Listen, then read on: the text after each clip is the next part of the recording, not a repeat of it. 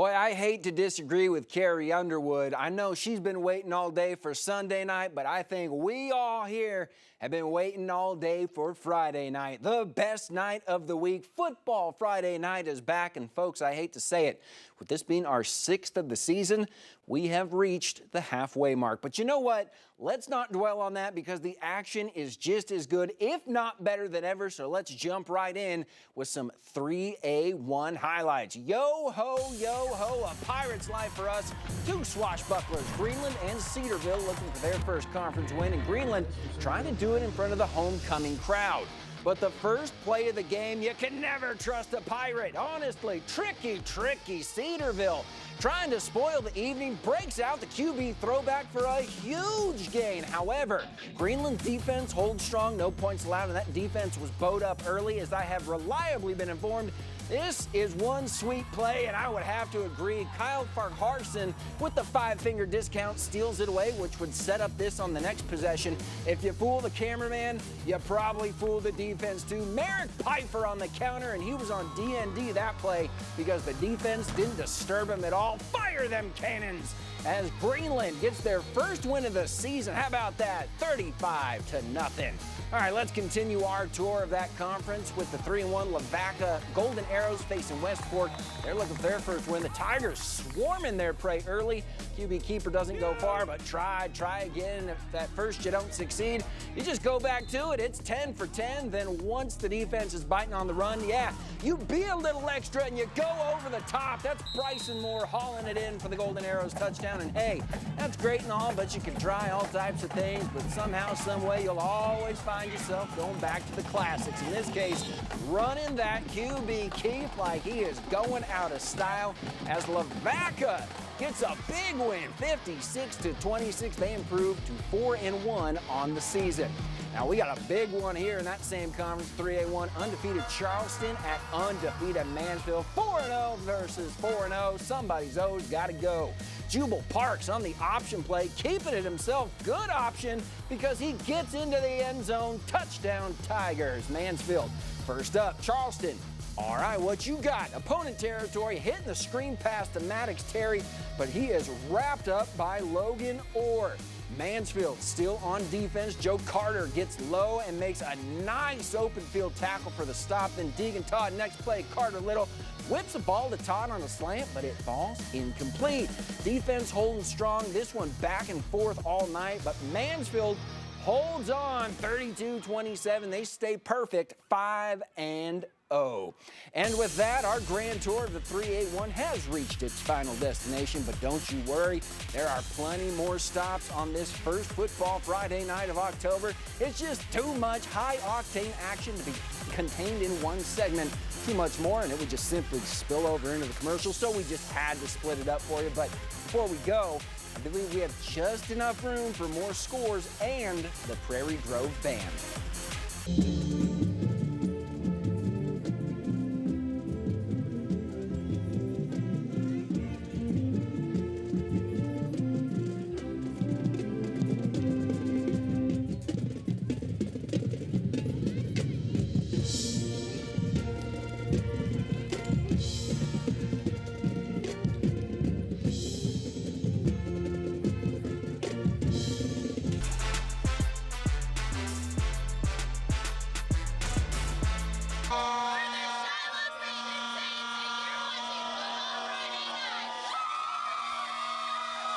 Welcome back in, man. I just wish we had the money to get the rights to use songs like We Ready to use on here, because that has been stuck in my head all day, and it is the perfect embodiment of how I think we're all feeling. We are fired up, and we are, in fact, ready for that sweet Friday night action. So you know what?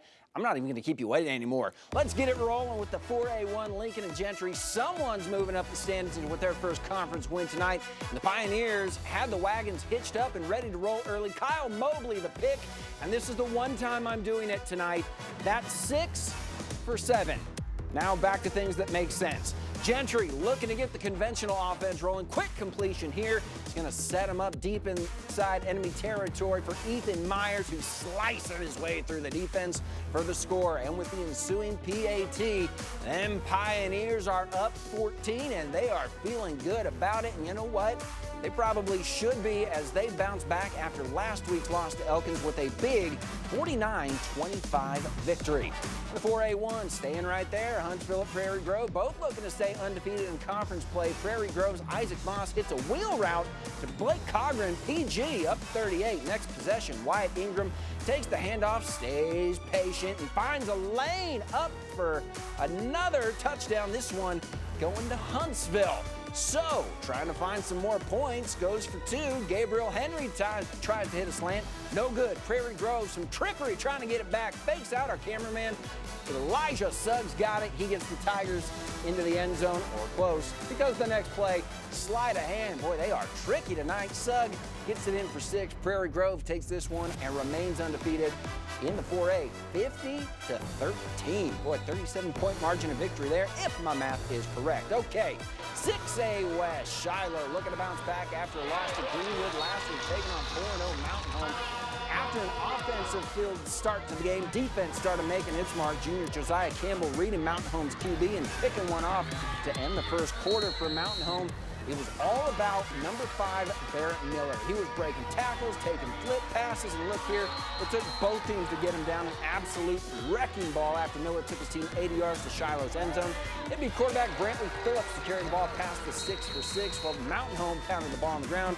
Shiloh Christian took to the air, a long completion there to number 11 would get him within the 20. A few moments later from the 1, sophomore running back Max Eldridge gets the ball across the finish line. This one, Shiloh. Woo! High score, 55-41. 6A West action continuing here. 3-1 Southside taking on 2-2 Lake Hamilton. Immediate action. Quarterback swinging that thing out to the flat, and his receiver's going to do the rest for him, making light work. Get it? Light work of that play, gets into the end zone. Turns out that made the difference in the game as Mavs win a high-scoring close one, 49-44.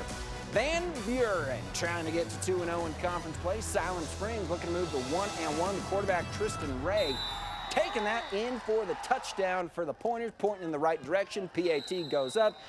They're able to get 24 points on the board. Now we got the other team trying to make something happen. Titus Benson receiving some pressure from Van Buren, so he says, I'm just going to do it myself. Gets a couple there before he's pushed out of bounds. The carry gets some yards. Here we go. Carry out the backside, though. Cut, but the Pointers right there. Dogs got a scent, and they are tracking all of these runs down.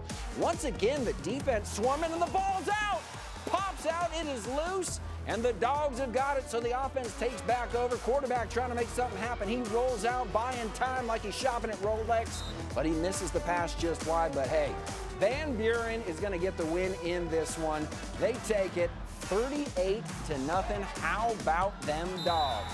Let's move up a division, shall we? 7A West, 3-1 Bentonville West, surging this season, but Springdale is nipping at their heels in the conference standings. This game off to a fast start, very fast start, opening kickoff, taken all the way back by Bentonville West to Springdale's end zone, putting a quick 6 on the board. They'd go for an early 2, wouldn't get it.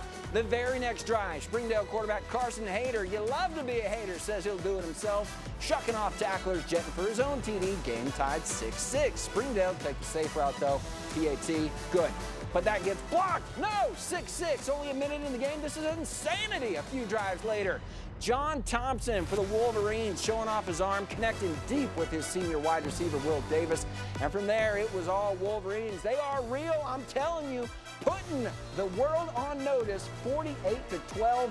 They win. Bentonville West taking on Rogers next week. That is going to be a great one. So, with that in mind, Rogers is up next. They've got a great game against Fayetteville. Can they finally overcome the Purple Rain? Or will the Bulldogs continue to be the cream of the 7A crop? We're going to find out. But first, some more scores to the sounds of that Fayetteville band.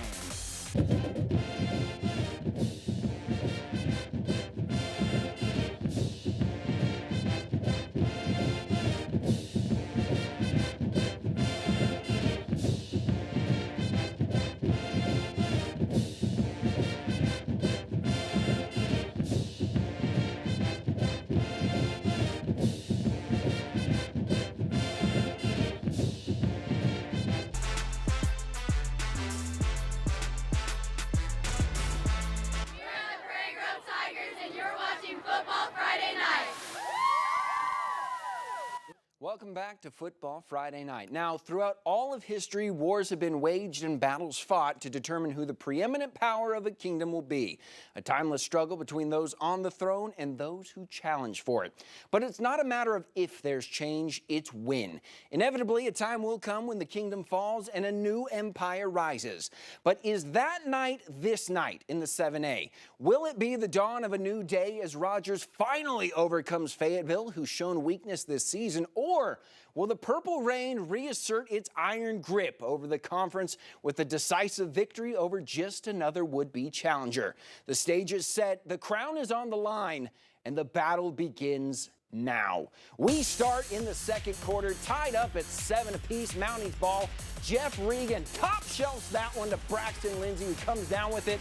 And the man is the Terminator. He cannot be stopped, and he will not be bargained with, leaving Bulldogs in his wake. Rodgers back on top. Purple's turn to respond, and I've never seen a better example of what than that. Kenyon Johnson, 34-yard touchdown. Dogs answer. So Big Blue, what you got? It's Regan with the keeper, and he owes them boys downfield blocking some dinner for those blocks. And Gen Z wishing he was a yard closer because it's a 6'8", 68-yard touchdown for the Rodgers response. But we ain't done yet. Fayetteville with the clapback. Hank Hendricks to Charles Whitlow. And the screen door is open, and the end zone must be business because he's standing on it. But my gosh, I'm going to need a neck brace for all this whiplash. Ensuing kickoff, Titus Kramer gone, and Rodgers suddenly starting to take control. They forced the first punt of the half, then proceed to capitalize on it on the next possession, 2-score lead. However, Fayetteville not going away. Kendrick Williams didn't catch it, but don't worry, it ain't contagious. It is sick, though. Awesome reception. However, ladies and gentlemen, how about this? The Rodgers Mounties have arrived. They are the real deal this year. They downed the Bulldogs 56-55 to stay undefeated this season. And for more on the rise of Rodgers, let's send it out to Robin Hearn. Yeah, Alex, it was 2 onside kicks that helped Fayetteville claw back in this one, but the Mounties special team coming a big win needed, especially because they were able to stop a field goal in the beginning of the game as well. It was a slow first quarter for both of the teams, but they were able to find the end zone. 6 touchdowns into the second would bring the fireworks. Mounties special team, like I mentioned, with that blocked field goal in the first would set Rodgers to take the lead. And for Rodgers, it was Regan, as he uses legs a lot, finding the end zone 3 times, once in the second and twice in the second half, and he did have a passing touchdown as well. On the other side for Fayetteville, they hung in there with some great catches there from Johnson and some great throws from Hendricks. But Fayetteville still searching for that first conference win as they go on the road to Northside next week. And then Rodgers will be taking on Bentonville West. Should be a fun one there next week as well, as they are back at home in Fayetteville. Robin Hearn, 5 News Sports. Thank you, Robin. Now, for most teams, this was the 5th game of the season, the halfway mark. Now, I always do this speech at least once a year, and I think with time now on the shorter side of the season, this is the perfect opportunity. Now, an average play is 6 seconds. Any given game, there's 60 plays, which means you are actually playing the game of football for 360 seconds or 6 minutes each Friday. Multiply that by the 5 games remaining, and seniors, you have 30 minutes of football left. Think about that. Half an hour before your high school career is over. The length of a TV episode before that curtain falls. The culmination of years of work, blood, sweat, and tears, done. Make the playoffs, though, and each round buys you another 6 minutes. So my question is, what are you willing to give to get those? Because each week, that team across from you is trying to take that time. It should make you mad. They're trying to keep you from being able to continue playing football. So put in that extra work. Run that much harder every play. Push yourself and team to exhaustion and perfection so you know you gave it all you had in the time that was left. 30 minutes. That is all you're guaranteed.